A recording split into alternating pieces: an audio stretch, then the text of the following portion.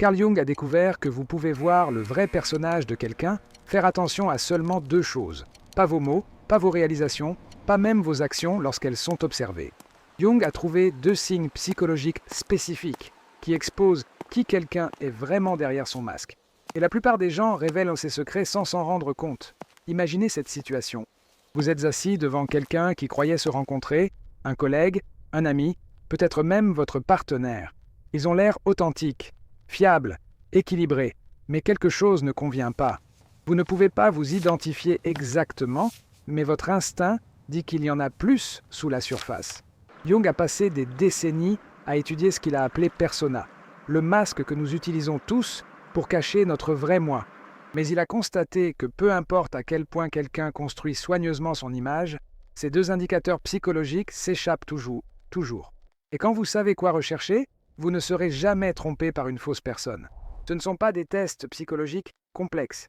Ce sont des observations simples qui révèlent les vérités les plus profondes sur la nature humaine. Et à la fin de ce voyage, vous pourrez non seulement lire d'autres personnes comme un livre ouvert, mais vous vous comprendrez d'une manière que vous n'avez jamais imaginée. Mais voici ce qui rend la découverte de Jung si dérangeante.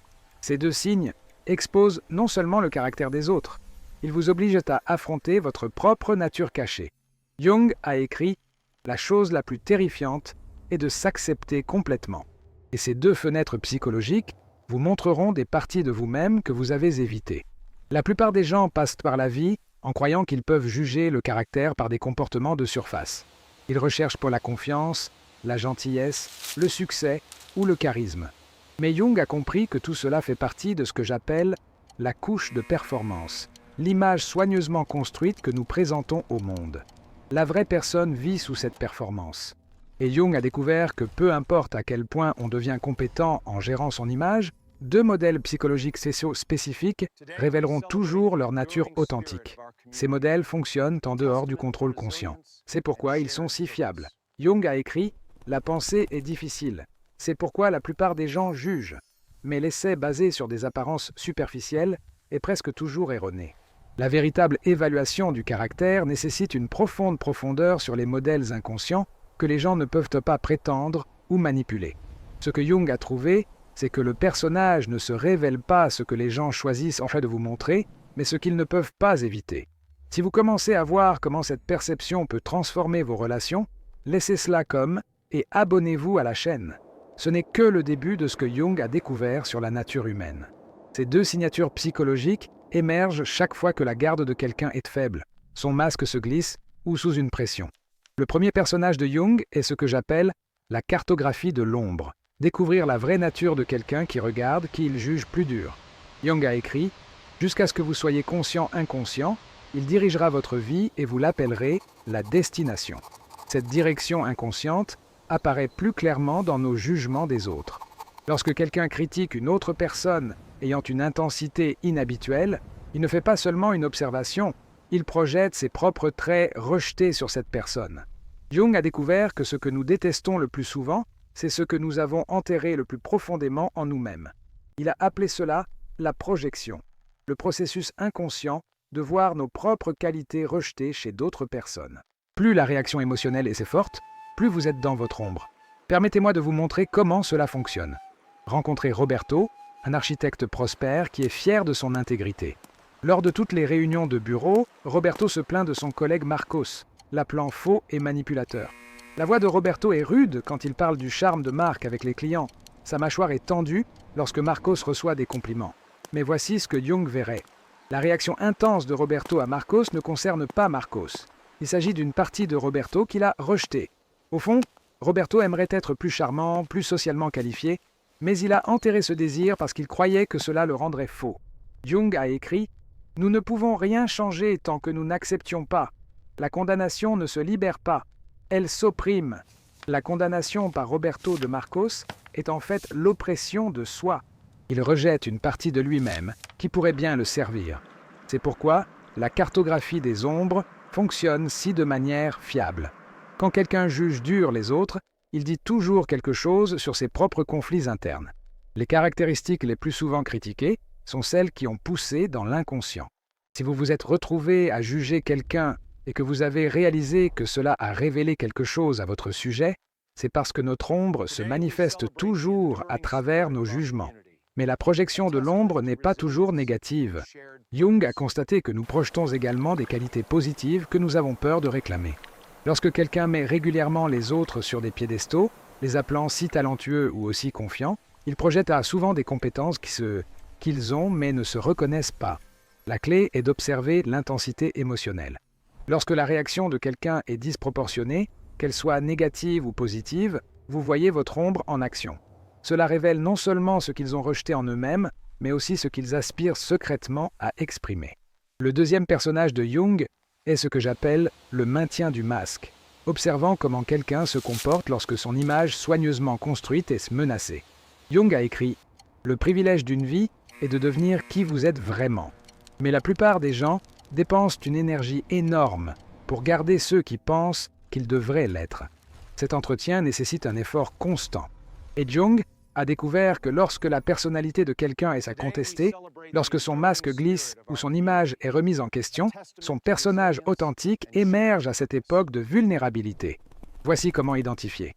Notez ce qui se passe lorsque quelqu'un fait face à des critiques inattendues, lorsque sa compétence est remise en question ou lorsqu'elle est prise dans une erreur.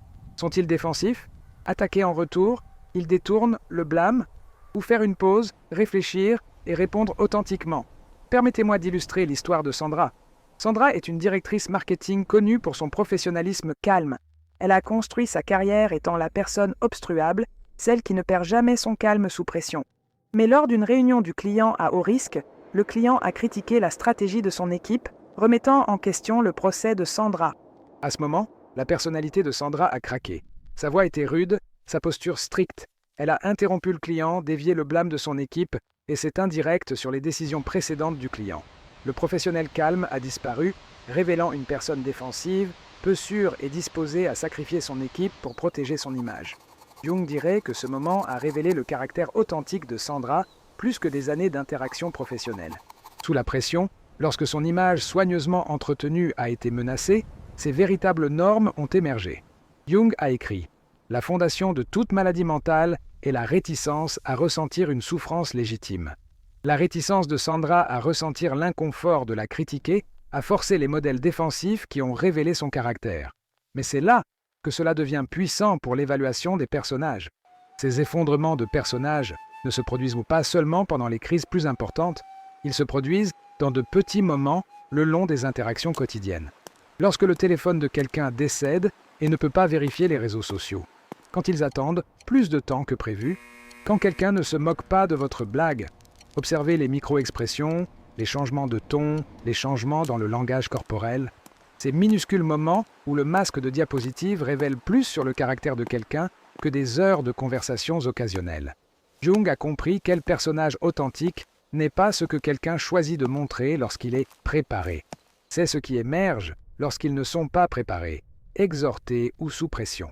Les personnes les plus intégrées, c'est Jung appellerait individualisées, montrent la cohérence entre leurs personnages et leurs réponses authentiques. Son image publique et ses réactions privées s'alignent parce qu'ils ont fait le travail de s'accepter complètement. Maintenant que vous comprenez les deux révélations de Jung, explorons pourquoi ils fonctionnent si de manière fiable d'un point de vue psychologique. Jung a passé sa carrière à étudier ce qu'il a appelé l'architecture psyché. Comment l'esprit est organisé pour naviguer sur la réalité tout en protégeant l'ego.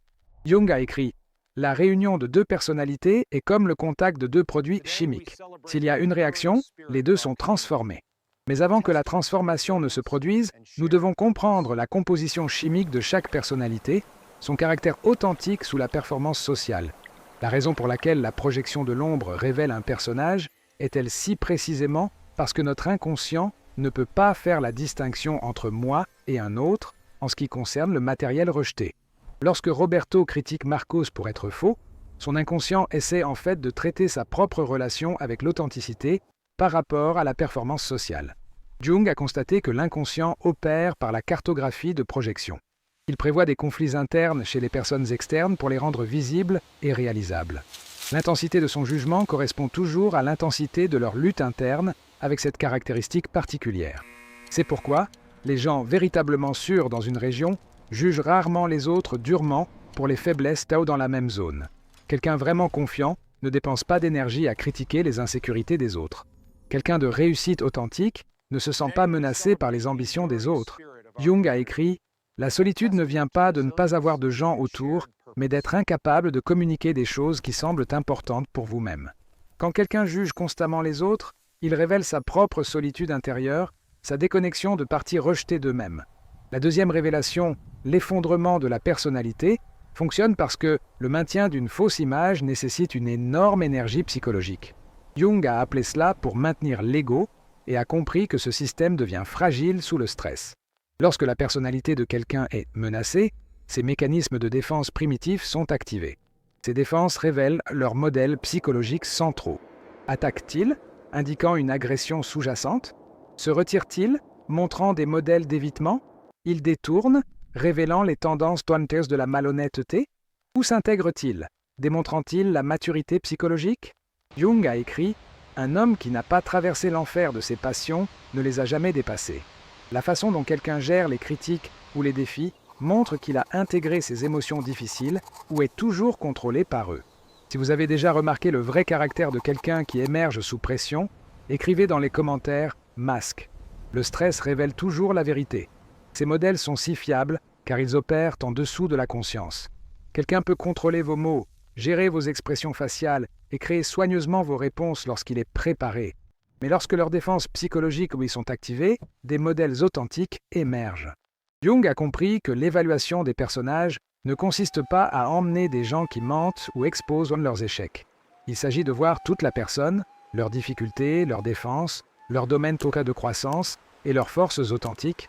Cette compréhension permet une connexion authentique plutôt qu'une interaction superficielle. En plus des deux révélations principales de Jung, il y a un troisième standard qui émerge lorsque vous les combinez. Ce que j'appelle le test d'intégration, observez comment quelqu'un gère son propre matériau sombre lorsqu'il y est reflété. Il s'agit de l'évaluation définitive du caractère, car elle montre si quelqu'un est capable de grandir ou est coincé dans des normes inconscientes. Jung a écrit « Quelqu'un ne s'éclaire pas en imaginant des figures de lumière, mais en faisant conscience de l'obscurité. » Voici comment fonctionne le test d'intégration. Lorsque vous remarquez que quelqu'un projette votre ombre sur les autres, veuillez réfléchir à lui, pas accusatoire, mais curieusement. J'ai réalisé que vous semblez vraiment mal à l'aise par les gens qui se montrent moi. Avez-vous déjà voulu vous montrer mais tenir? Notez ce qui se passe. Ce moment révèle plus sur votre caractère que les mois d'observation, car il teste votre relation avec votre propre matériel inconscient. Permettez-moi de montrer cela en action à travers deux réponses différentes. Rappelez-vous Roberto, qui juge Marcos pour être faux. Lorsqu'on lui a demandé s'il voulait être plus qualifié socialement, Roberto peut répondre de deux manières. Répondez 1. La norme défensive. Tu dis que je suis faux comme Marc? C'est ridicule. Je suis authentique, contrairement à lui.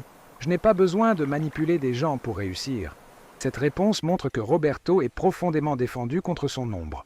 Son caractère est rigide, son potentiel de croissance limité par son incapacité à reconnaître sa propre complexité. Réponse 2. La norme intégrative. En fait, oui, parfois je voudrais être mieux avec les gens. J'admire les compétences sociales de Marcos, même si votre approche me dérange. Peut-être que je suis jaloux de quelque chose que j'aimerais avoir. Cette réponse montre que Roberto peut soutenir Paradoxe, être dérangé par quelque chose tout en reconnaissant sa propre relation avec elle. Jung a écrit « Les conflits les plus intenses, s'ils sont surmontés, laissent derrière lui un sentiment de sécurité et de calme qui n'est pas facilement perturbé. Les personnes qui peuvent intégrer des commentaires sur leur ombre montrent cette qualité. Ils deviennent plus forts par la conscience de soi, ne sont plus faibles. » Le test d'intégration révèle 3 types de caractères distincts que Jung a identifiés. Le type inconscient reste complètement inconscient de ses projections et est défensif lorsqu'il leur est confronté. Ils manquent d'autoréflexion et sont souvent surpris par les réactions des autres. Le type conscient mais défendu reconnaît leurs projections intellectuellement, mais ne peut pas les intégrer émotionnellement. Ils peuvent te dire « je sais que je juge les gens », mais ils ne peuvent pas explorer pourquoi ni ce qu'ils révèlent à leur sujet. Le type intégré peut observer avec curiosité leurs projections, apprendre d'eux et les utiliser comme information sur leur propre domaine de croissance. Jung a appelé ces individus non parfaits, mais éveillés à leurs propres normes psychologiques. Cette capacité d'intégration prédit comme quelqu'un s'occupera des conflits, de la croissance, des critiques, et de l'intimité dans les relations. Les personnes qui ne peuvent pas intégrer leurs matériaux sombres répéteront indéfiniment les mêmes normes, blâmant les circonstances externes pour les luttes internes. Mais ceux qui peuvent travailler avec leurs projections deviennent consciemment ce que Jung a appelé l'individualisé, authentique, autoconscient et capable d'un véritable lien avec les autres. Maintenant que vous comprenez la structure d'évaluation des personnages de Jung, explorons comment l'appliquer dans des situations réelles. Mais d'abord, un avertissement crucial. Jung a écrit « Là où l'amour règne, il n'y a aucun désir de pouvoir, et où la volonté d'être suprême, l'amour manque. » Utilisez ces perceptions pour comprendre et se connecter, non pour manipuler ou contrôler. L'évaluation des caractères doit servir la compassion, pas la domination. Voici comment appliquer la cartographie de l'ombre dans différents contextes. Dans les relations amoureuses, écoutez comment votre partenaire parle de leur ex, de leurs co-travailleurs ou des personnes qu'il n'aime pas. Se soucie-t-il constamment avec des gens égoïstes? Cela peut révéler votre propre lutte avec une auto-advocat saine. Critiquez-vous les gens dans les nécessiteux?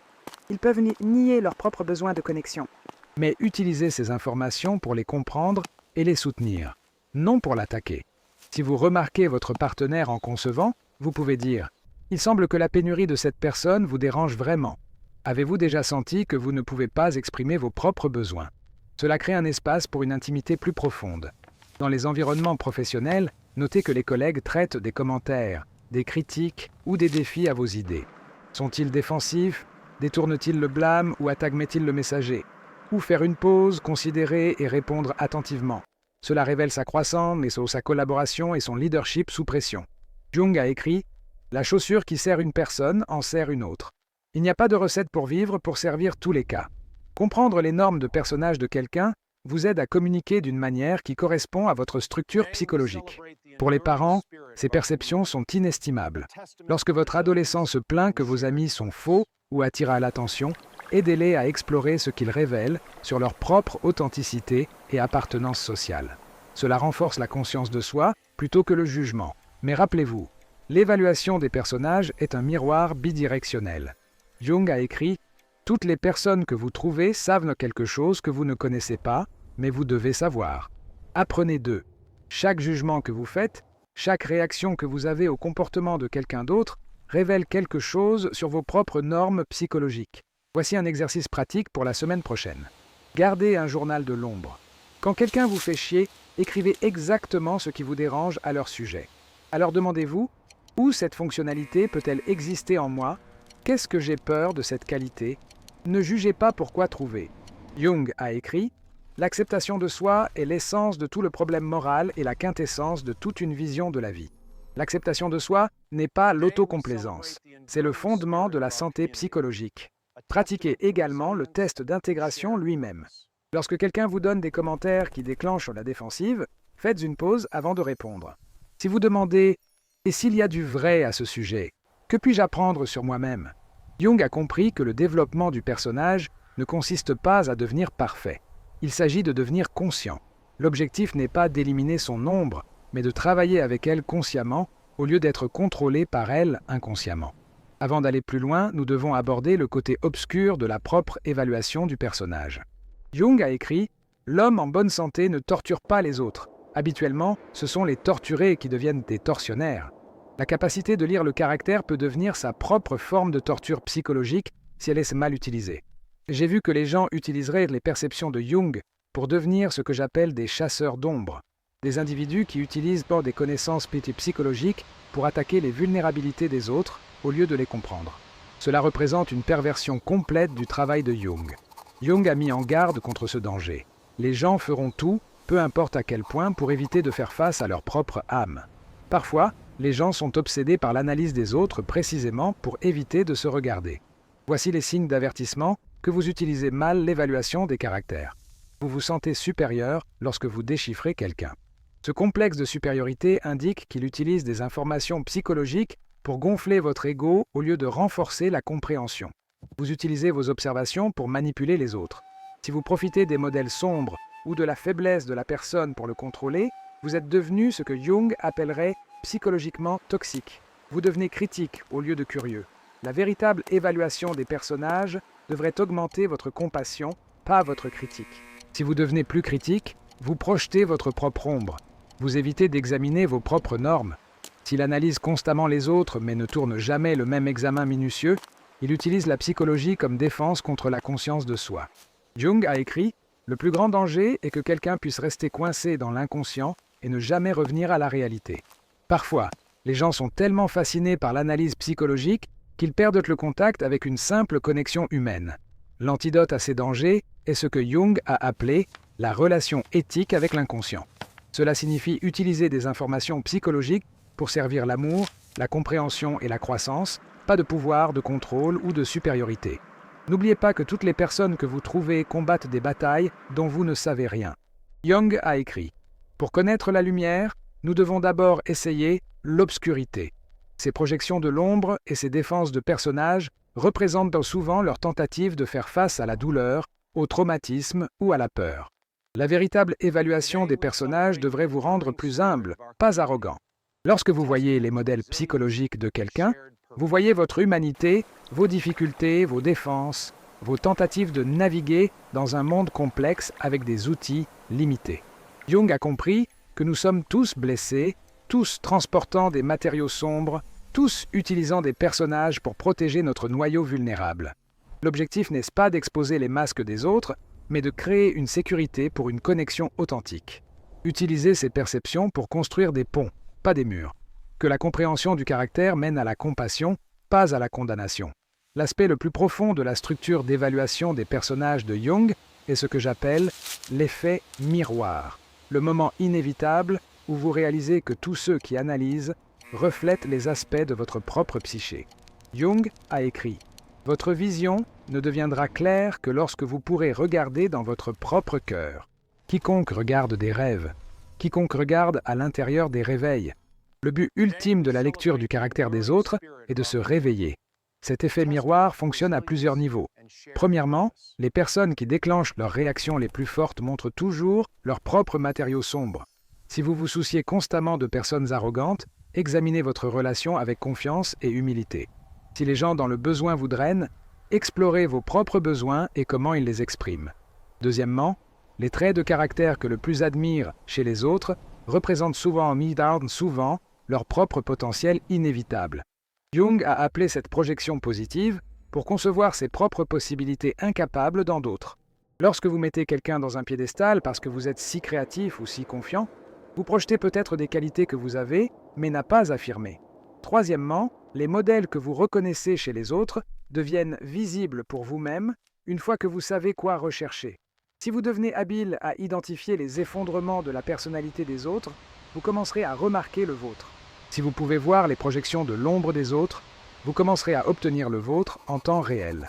Cet effet miroir crée un cycle de rétroaction conscient de soi. Chaque personne devient enseignante. Chaque interaction devient une salle de classe. Chaque jugement devient une porte à l'autodécoloration.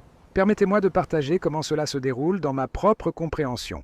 Une fois que j'ai travaillé avec quelqu'un dont le besoin constant de validation m'a irrité intensément. Je les ai jugés comme peu sûrs et en cherchant l'attention. Mais la structure de Jung m'a forcé à examiner pourquoi son comportement m'a déclenché si fortement. La vérité inconfortable était que j'avais ma propre relation de validation que je ne reconnaissais pas. J'avais développé des moyens subtils de demander l'approbation que je me suis convaincu d'être différent de leurs méthodes évidentes. Mon jugement était en fait l'auto-rejet. Je les critiquais en eux, ce que je ne pouvais pas accepter en moi-même. Jung a écrit « Nous ne sommes pas ce qui nous est arrivé. Nous sommes ce que nous voulons devenir. » L'effet miroir montre non seulement ce que nous étions, mais ce que nous pouvons devenir. Chaque trace de personnage que vous pouvez reconnaître dans les autres existe comme un potentiel en vous-même. Cela ne signifie pas que tout le monde développera toutes les caractéristiques. Jung croyait aux différences individuelles et aux types psychologiques uniques. Mais cela signifie que la compréhension des modèles psychologiques des autres vous donne une carte des possibilités humaines, y compris vos propres territoires inexplorés. L'effet miroir explique également pourquoi certaines personnes semblent familières, même lorsque vous venez de les rencontrer. Jung a appelé cela une reconnaissance archétypale, voire des modèles humains universels qui résonnent avec leur propre structure psychologique. Au fur et à mesure que vous développez des compétences avec la structure d'évaluation des personnages de Jung, vous commencez à incorporer ce qu'il a appelé un individu conscient, quelqu'un qui voit clairement sans jugement comprend profondément sans manipulation et se connecte authentiquement sans se perdre. Jung a écrit « L'individualité est l'opposé d'être membre d'un groupe, d'une institution, d'une race ou d'une nation. L'individu conscient pense indépendamment, se sent authentiquement et se rapporte véritablement plutôt que de se conformer aux normes collectives. Cette conscience a plusieurs caractéristiques distinctives. Vous voyez des gens qui ont des projections d'ombre avec compassion au lieu de supériorité. Vous comprenez que vos jugements révèlent vos difficultés, pas vos échecs moraux. Cela vous permet de répondre à la douleur sous vos projections au lieu de réagir à vos propres projections. Vous notez que persona s'effondre sans l'emmener au personnel. Lorsque quelqu'un devient défensif ou attaque sous pression, vous reconnaissez vos mécanismes de protection plutôt que vos intentions authentiques. Cela l'empêche d'être tiré vers un drame inconscient. Vous pouvez prendre en charge le paradoxe. Jung a écrit « Le pendule de l'esprit oscille entre le sens et les bêtises, pas entre le bien et le mal ». Vous comprenez que les gens peuvent être simultanément gentils et cruels, forts et vulnérables, authentiques et défendus. Vous utilisez des informations de caractère pour créer une connexion au lieu de créer une distance. Quand il voit clairement les schémas psychologiques des choses de quelqu'un, il ressent plus d'empathie pour ses luttes humaines, pas moins. Plus important encore, vous vous appliquez la même analyse compatissante. Jung a écrit « La première moitié de votre vie est consacrée à la formation d'un ego sain. La seconde moitié consiste à entrer et à la laisser partir. Vous voyez vos propres projections d'ombre et vos défenses personnalisées comme des informations, pas comme des accusations. Cette conscience transforme la façon dont vous vous déplacez dans le monde. Les conflits deviennent des opportunités de compréhension. Les gens difficiles deviennent des enseignants. Vos propres réactions deviennent des données sur votre paysage interne. Mais Jung a averti que la conscience a un prix. La solitude ne vient pas de ne pas avoir de gens autour, mais d'être incapable de communiquer des choses qui semblent importantes pour soi. Lorsque vous voyez clairement les schémas psychologiques, vous pouvez vous sentir isolé de ceux qui fonctionnent encore inconsciemment. Cette solitude n'est pas permanente, mais elle fait partie du processus d'individuation. Vous passez de l'inconscient appartenant à la connexion consciente. Les anciennes façons de se rapporter à travers des jugements partagés, des personnages collectifs ou des projections mutuelles ne vous satisfont plus, mais des connexions plus profondes deviennent possibles. Lorsque vous pouvez voir et accepter le vôtre et la complexité psychologique des autres, il peut nouer des relations basées sur une compréhension authentique plutôt que des projections idéalisées. Jung a écrit « La création de quelque chose de nouveau n'est pas exécutée par l'intellect, mais par l'instinct de jouer à agir à partir d'une nécessité interne. Les relations conscientes les sont ludiques plutôt que lourdes, créatives plutôt que répétitives, vivantes plutôt que routinières. Cette vitalité survient lorsque vous n'êtes plus attaché aux masques sociaux, mais permettez-vous d'apparaître de manière vraie, vulnérable et créative les uns aux autres. C'est dans cet espace que l'authenticité devient non seulement possible, mais inévitable. En traversant ce voyage, vous découvrez que la solitude initiale n'était qu'un portail. D'un autre côté, il trouve des liens qui ne se soutiennent plus dans les attentes superficielles, mais dans la communion des âmes qui se reconnaissent entièrement la même recherche silencieuse. C'est l'héritage de Jung. Enseignez-nous que l'individuation n'est pas l'isolement, mais la préparation à des rencontres plus profondes et plus importantes. En devenant entier, vous transformez non seulement votre propre vie, mais elle offre également au monde une présence qui inspire, renforce et se réveille. Si cette vidéo vous a apporté des réflexions précieuses, abonnez-vous maintenant à la chaîne pour continuer à recevoir ce type de contenu transformateur.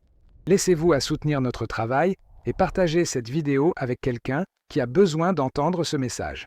Et dans les commentaires, dites comment vous avez vécu les défis et les découvertes de votre propre processus de connaissance.